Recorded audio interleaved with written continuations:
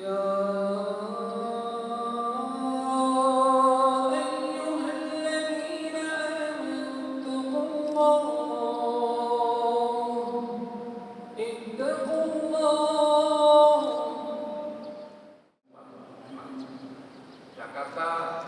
2728. Penghargaan ini diberikan kepada dan terima kasih kepada yang mulia yang terhormat Profesor Dr. PhD Ma'ruf Amin, Wakil Presiden Republik Indonesia, bertanda tangan Wakil Presiden PhD Haji Rasulullah Indonesia Grand Award Insinyur Joni Mosadi.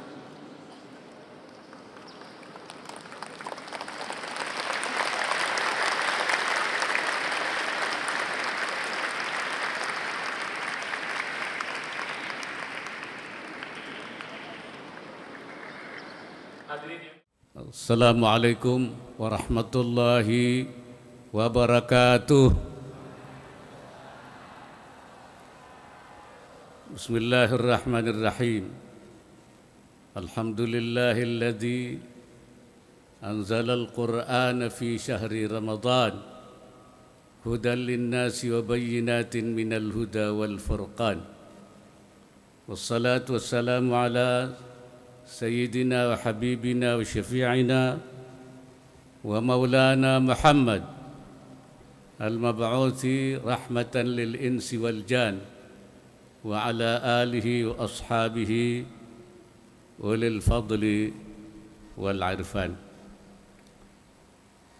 Yang saya hormati, saya muliakan Imam Besar Masjid Istiqlal Mukarram Profesor Dr. Haji Nazaruddin Umar, Ketua Umum DPP Himpunan Bisnis Pesantren Indonesia, Habitren, beserta para jajaran, Ketua Yayasan Nur Quran Indonesia, para hadirin, serta tamu undangan. Alhamdulillah, kita semua pada hari ini dengan izin Allah dapat hadir pada acara yang penting ini. Acara tentang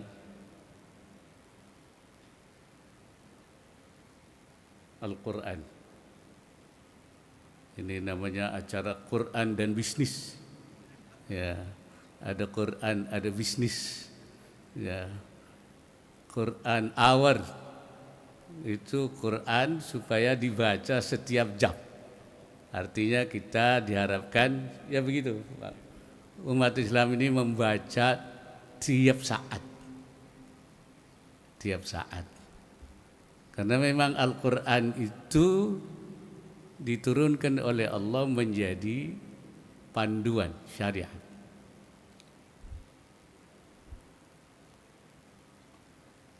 Allah memberikan bekal kepada manusia ini, menuntunnya dengan namanya nizam Rabbani. Nizam Rabbani itu aturan Tuhan. Kenapa harus diberi aturan? Karena manusia ini kalau enggak diberi aturan, nanti tidak beraturan. Ya, masing-masing ada yang ke utara, ada yang ke selatan. Sebab pikiran manusia ini sangat dipengaruhi oleh nafsu, karena itu diberi. Ada dua nizam Rabbani itu, satu namanya nizam kauni, yaitu aturan alam, hukum alam.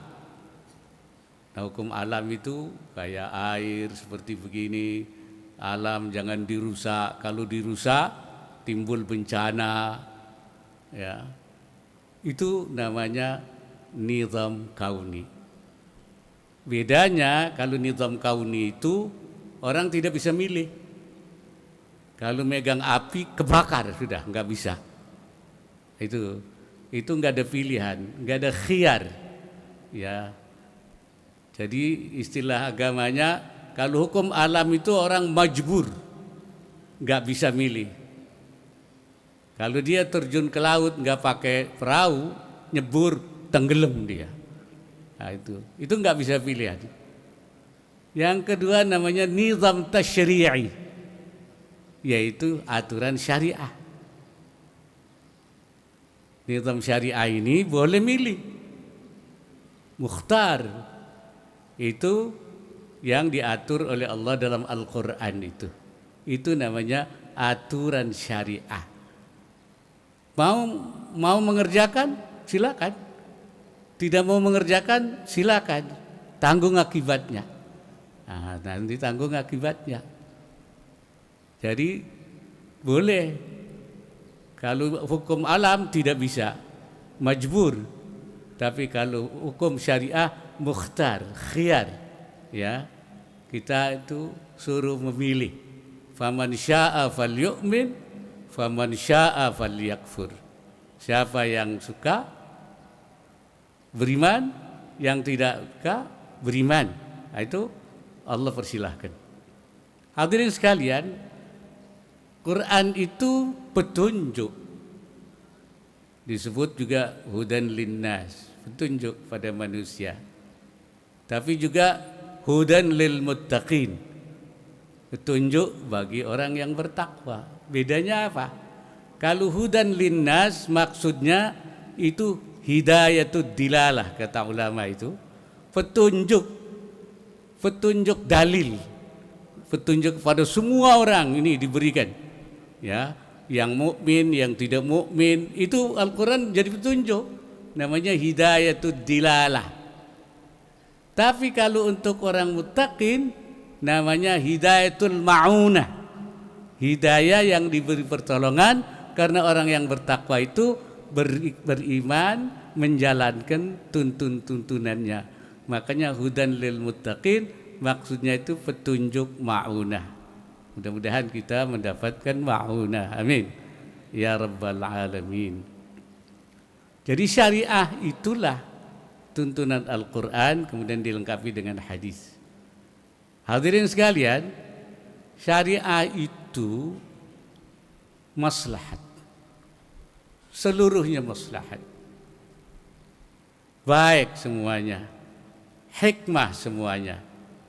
Karena itu Imam Ibnul Qayyim mengatakan, inna syari'ata mabnaha wa asasaha alal hikami wa masalihil ibad. Syariat itu bangunannya, asasnya, landasannya dibangun di atas hikmah-hikmah. Semuanya bermakna. Tidak ada syariat Islam yang tidak bermakna, tidak berhikmah, tidak bermanfaat. Wa masalihil ibad, dan kemaslahatan hambanya. Maslahat, semuanya maslahat. Wa hiya adlun kulluha, syariat itu seluruhnya adil. Enggak ada yang tidak adil. Kenapa? Karena diturunkan aturan itu oleh Allah Subhanahu wa taala yang tidak punya kepentingan. Tidak ada interest. Beda kalau aturan manusia itu dibangun di atas kepentingan. Makanya kalau membuat peraturan antara kelompok satu kelompok yang lain itu berbenturan berdasarkan kepentingan. Bagaimana aturan ini menguntungkan kepentingan saya? Makanya sering tidak adil karena kepentingan di situ muncul. Kalau Al-Quran, syariah itu dari Allah. Allah enggak punya kepentingan. Ghaniyun 'alil alamin. Allah tidak butuh semua orang, tidak butuh kita, tidak butuh semua alam. Wa hiya adlun kulluha, semuanya adil. Wa rahmatun kulluha, semuanya rahmat. Tidak ada yang tidak rahmat. Wa maslahatun kulluha, semuanya maslahat. Wa hikmatun kulluha, semuanya hikmat. Wa kullu mas'alatin kharajat 'anil 'adli ilal jur, mana-mana masalah yang keluar dari keadilan kepada ketidakadilan, wa minar rahmati ila diddiha, dan dari rahmat kepada tidak rahmat. kepada permusuhan, kepada kebencian, wa minal maslahati ilal mafsada, dari maslahat kepada mafsadah, kerusakan, wa minal hikmati ilal abas, dan dari hikmat kepada main-main yang enggak ada artinya, sia-sia, falaisat minas syariah, itu bukan syariah. Pokoknya dilihat saja cirinya, tidak adilan, bukan syariah. Kebencian, tidak rahmat, permusuhan, bukan syariah. Kerusakan, bukan maslahat, bukan syariah. Main-main, tidak ada hikmah, tidak ada manfaat, bukan syariah. Wa in udkhilat fiha bitta'wil, walaupun dimasukkan di syariahkan, ini syariah, pakai tafsir, tetap itu tidak syariah. Fasyari'atu adlullahi baina ibadi, syariat itu keadilan Allah di antara hambanya, wa rahmatuhu baina khalqi, dan rahmat Allah di antara makhluknya, wa dhilluhu fi ardi, dan naungan Allah di buminya, wa hikmatuhu ad-dallatu alaihi wa ala sidqi rasulih sallallahu alaihi wasallam, dan hikmahnya Allah itu adalah menunjukkan keberadaan Allah dan pada kebenaran Nabi Muhammad sallallahu alaihi wasallam. Itu syariah. Itulah Al-Qur'an yang mengajarkan kepada kita itu. Karena itu kita harus tegak lurus menjalankan manhajul Quran, yaitu cara berpikir Al-Quran. Jangan yang lain-lain kita. Itu umat Islam itu. Hadirin sekalian, Al-Quran, syariah itu meliputi semua aspek. Keimanan, ya, ibadah, juga muamalah, berekonomi, itu ada aturannya dalam syariah. Karena itu kita kalau mengembangkan ekonomi harus sesuai dengan syariah. Ekonomi itu bagian dari namanya muamalah, ya, harus syariah. Sebab bermuamalah yang tidak syariah, berdagang, berekonomi tidak syariah, muamalah ghairu masyru'ah, kata ulama, fi hukmil adam. Bermuamalah tidak sesuai syariah sama dengan tidak ada. Walaupun ada, untungnya besar, tidak ada. Tidak ada nilainya. Wal ma'dum syar'an kal ma'dum hissan. Tidak ada menurut syariah sama dengan tidak ada secara fisik. Itu banyak kok, bermiliar, bertriliun-triliun, ma'dum, tidak ada nilainya. Apa artinya itu? Karena harta itu ada yang mutakawim, ada yang ghairi mutakawim. Ada harta yang bernilai, ada harta yang tidak bernilai. Ini menurut syariahnya begitu. Yang bernilai itu yang apa? Harta yang bernilai itu harta yang yajuzu intifa'uhu fi halatil ikhtiyar, yang boleh dimanfaatkan dalam keadaan normal, tidak haram, boleh. Kalau dalam darurat itu jangan direken, ya, karena darurat mah bangkai juga boleh, babi juga boleh, namanya darurat. Jadi kalau yang tidak boleh dalam keadaan normal karena tidak halal, maka harta itu tidak bernilai, ghairi mutakawim. Walaupun jumlahnya besar, enggak ada nilainya, tidak punya nilai. Jadi ingat itu, dalam Islam itu ada mal mutakawim, ada mal ghairu mutakawim. Yang mutakawim itu harta yang halal. Yang halal itu yang apa? Yang zatnya tidak haram. Haram itu ada yang zatnya, seperti apa? Babi, ya, itu tidak halal zatnya. Bangkai, darah, hurrimat alaikumul maitatu wad damu lahmul khinzir. ada yang cara memprosesnya. Misalnya apa? Barangnya halal, ayam, tapi tidak dipotong secara syariah, dipatahin aja atau dipukul kepalanya. Itu walaupun halal bandanya, tidak jadi tidak halal, dia jadi bangkai, jadi haram. Karena apa? Memprosesnya tidak halal. Yang ketiga, cara memperolehnya. Misalnya dia ayam, tapi dapat nyuri. Ayamnya halal apa tidak? Ayamnya halal, tapi karena dapat nyuri menjadi tidak halal. Caranya, kaifiyah memperolehnya. Yang kedua, berdagang, berekonomi, bertransaksi ekonomi, tapi di dalamnya banyak tidak halal, ada ribanya, ada ghararnya, ada tidak syariah, ghairu syariah, ghairu masyru'ah, maka perolehannya juga tidak halal. Walaupun untungnya besar, tetap karena itu tidak bernilai, ghairu mutakawwim, ghairu masyru' fi hukmil adab. Itulah sebabnya kenapa kita membangun ekonomi dan keuangan syariah. Ya, sekarang kita kembangkan ekonomi syariah itu, ada industri halal, industri keuangan, ada juga zakat wakaf, ada bisnis syariah. Salah satu perkumpulannya ini Habit Trend.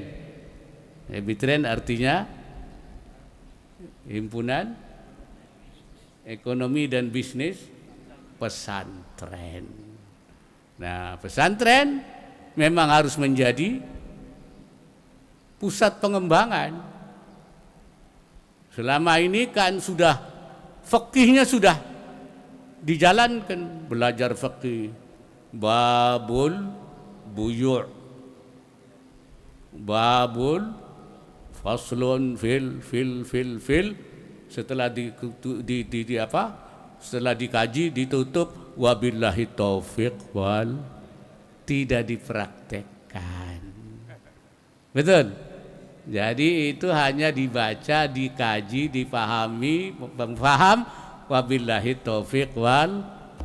Nah, karena itu kita kembangkan, kita lembagakan, kita institusikan ekonomi syariah ini. Apa yang di dalam fikih itu, mulai kegiatan perbankan syariah, asuransi syariah, ya, kemudian juga pasar modal syariah, itu kita kembangkan. Makanya kita menjadi sekarang ini sedang kita giatkan, dan pesantren harus menjadi pusatnya. Fikihnya sudah, tapi bisnisnya belum. Nah, sekarang ngembangkan. Jadi pesantren selain pusat pendidikan, pesantren itu pusat pendidikan. Untuk apa pesantren didirikan? Untuk menyiapkan para ulama, i'dadul mutafaqqihina fid din, menyiapkan orang-orang pinter agama, alim. Kenapa? Karena para ulama satu persatu dipanggil oleh Allah Subhanahu wa ta'ala. Lama-lama habis itu kiai, lama-lama nggak ada kiai itu kalau nggak ada pesantren. Betul apa tidak? Ya. Innallaha la yaqbidul ilma intiza'an, la yantazi'ul ilma intiza'an min sudurin nas. Allah tidak ngangkat ilmu dari hati manusia. Nggak ada kiai hilang ilmunya, nggak ada, ilmunya tetap ada. Ya, walakin yantazi'uhu biqabdil ulama, tapi Allah mengambil ilmu dengan mengambil ulamanya. Ulamanya wafat. Kalau ulama wafat, istrinya dibawa apa tidak? Tidak, pasti.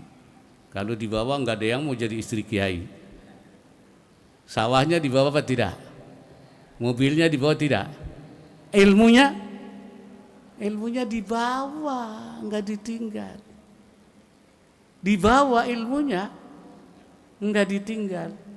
Nah, kalau tidak ada gantinya, hatta idza lam yabqa alimun, kalau sampai tidak ada yang satu orang pun yang alim, ittakhadzan nas ru'usan juhala, maka orang akan mengangkat pemimpin yang bodoh-bodoh. Bodoh menjadi pemimpin. Makanya seenaknya idza su'ilu aftau bighairi ilmin, kalau ditanya dia memberi fatwa tanpa ilmu. Enggak punya ilmu tapi dia mau berfatwa. Ditanya jawabnya begini, ditanya jawabnya begini. Padahal enggak ada ilmu. Fadallu, mereka sesat, wa adallu, dan menyesatkan. Itulah maka pesantren itu dibangun untuk regenerasi supaya tidak putus, jangan sampai tidak lagi ada orang alim.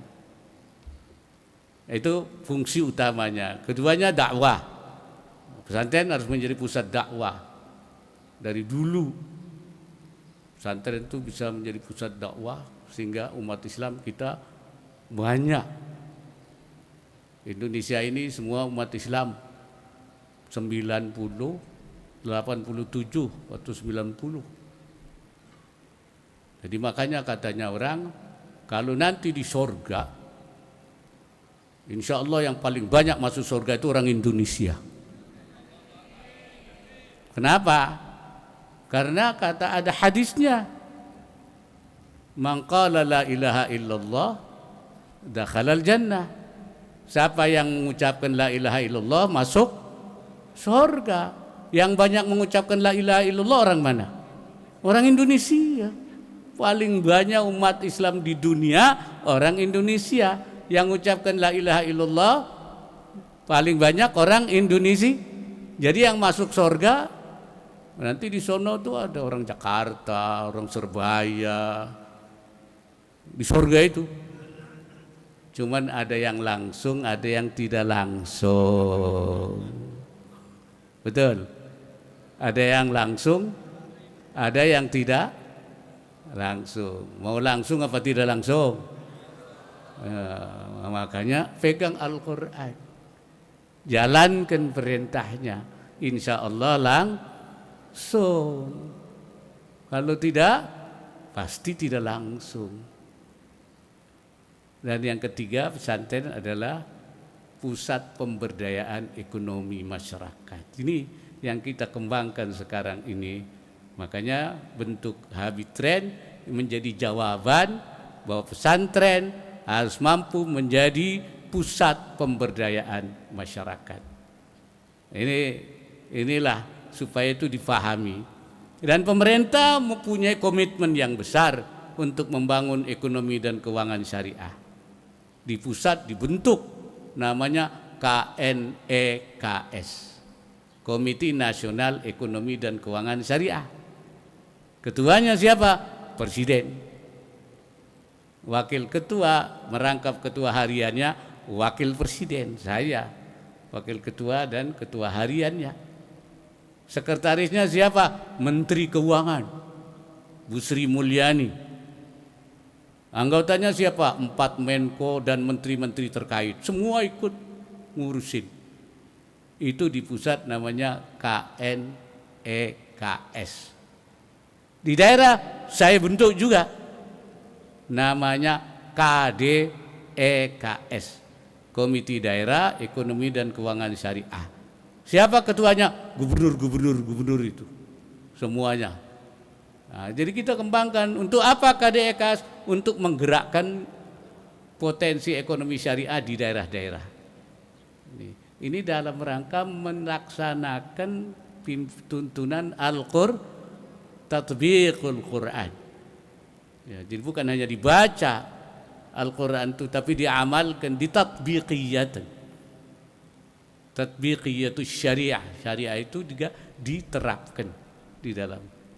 Nah, oleh karena itu saya sangat menyambut baik adanya kerjasama Habitren dan Al-Quran Hour yang memang kita selain membaca tiap menit, tiap jam, tetapi juga bagaimana mengamalkan Al-Quran, menerapkan Al-Quran salah satunya dalam bidang ekonomi. Ya, mencari rezeki. Dulu ada salah paham. Orang banyak tidak mau, pesantren-pesantren, kiai-kiai itu tidak mau urusan dunia. Kenapa? Ada hadis. Katanya man ahabba dunyahu adarra bi akhiratihi. Siapa yang cinta dunia, bahaya akhiratnya. Makanya pada lari dari dunia. Ada lagi hadis yang diriwayatkan oleh Imam Hasanul Basri, ya, mursalan, hadis mursal mengatakan hubbud dunya ra'su kulli khati'atin. Mencintai dunia itu sumber kesalahan. Makanya pada lari. Jangan dekat-dekat dunia, jangan dekat-dekat dunia. Terus bagaimana itu? Syekh Nawawi Al-Bantani mengatakan wal muradu al-hubbul ladzi, yaitu kecintaan itu kecintaan yang membawa kepada tadyi'i amrin, ya, menyia-nyiakan perintah dan juga mengerjakan larangannya itu. Jadi cinta di situ yang dilarang itu cinta kalau sampai kita meninggalkan perintah Allah. Karena urusan dunia, nggak sempat sholat, nggak sempat apa, dunia saja siang malam. Nah itu perintahnya ditinggalkan, larangannya dilanggar. Nggak perlu halal, nggak perlu haram. Itu dunia seperti itu, ya, yang membawa kepada tadi akhiratnya menjadi rusak, menjadi bahaya. Wa amma mutlaqul hub, kata Syekh Nawawi, adapun kita cinta biasa, proporsional, wajar, tidak sampai meninggalkan perintah Allah, itu minal amril jibili, itu watak manusia, jibili, manusiawi itu. Enggak apa-apa, asal jangan sampai meninggalkan perintah sama melanggar larangannya. Bahkan Syekh Nawawi mengatakan wa amma talabur rizqi ma'a qiyami huquqillahi ta'ala min ghairi taqsirin laisa dalilan ala umil qalbi bal huwal jihadul akbar. Kalau mencari rezeki tetap menegakkan hak-hak Allah tanpa ada kelalaian, semuanya tidak ada yang dilalaikan, itu tidak menunjukkan buta mata hatinya, melainkan al-jihadul akbar, tapi itu jihad besar. Karena ada hadis mengatakan siapa man kharaja li ayalihi fa huwa fi sabilillah. Ada hadisnya itu, kalau orang keluar mencari rezeki untuk keluarganya, dia fi sabilillah, untuk orang tuanya fi sabilillah. Kalau mencari rezeki untuk tafakhuran, kebanggaan untuk menjadi itu fahuwa fi sabilis syaitan. Kalau untuk kebanggaan, kehebatan, ingin menjadi orang kaya yang tenar, itu setan. Saya kira itu. Jadi kita menempatkannya secara, itulah dibangun ekonomi syariah. Dan kita Indonesia sedang melakukan pembangunan ekonomi. Maka kita juga harus berada di dalam jihad iktisadi namanya. Saya membagi jihad itu menjadi dua. Jihad qitali dan jihad islahi. Jihad perang dan jihad perbaikan. Jihad perang enggak ada di Indonesia, enggak ada. Dulu itu hanya terpaksa saja. Kalau diserang baru qital. Tapi jihad yang betul itu islahi, perbaikan. Karena tugas Nabi, tugas ulama itu islahi. Seperti dikatakan oleh Nabi Syu'aib, in uridu illal islah. Saya tidak menghendaki apa-apa. Saya mengajak umat itu kecuali perbaikan. Illal islah. Ya. Jihad islah itu jihadun nafs, jihad untuk nafsu, melawan hawa nafsu. Kemudian jihad itu jihad dakwah, ya. Seperti dalam Al-Quran, wala tuti'al kafirina wajahidhum bihi jihadan kabira, ya.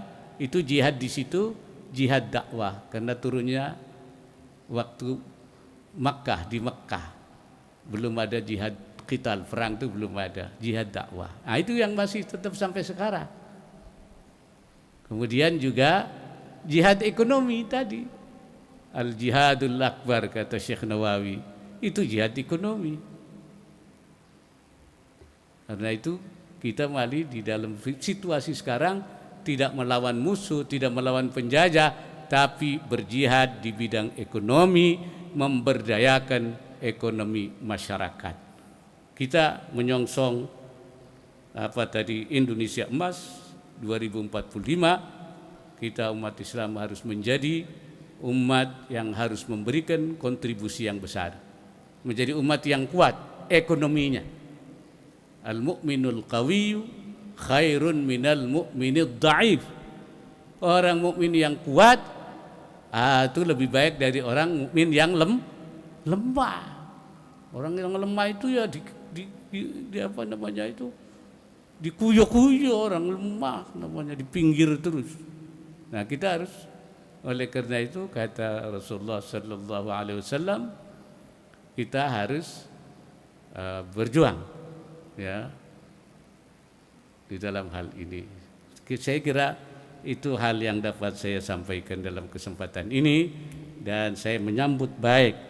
Mudah-mudahan Allah Subhanahu wa taala menjadikan kita sebagai umat ahlul Quran.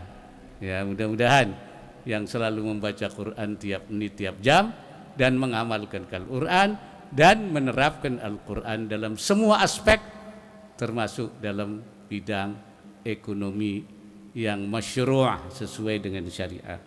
Semoga Allah Subhanahu wa taala senantiasa memberikan inayahnya dan meridai setiap langkah yang kita lakukan. Aqulu qawli hadza wa astaghfirullahal azim, in uridu illa al-islah wa ma taufiqi illa billah, wallahul muwaffiq ila aqwamit thariq. Assalamualaikum warahmatullahi wabarakatuh.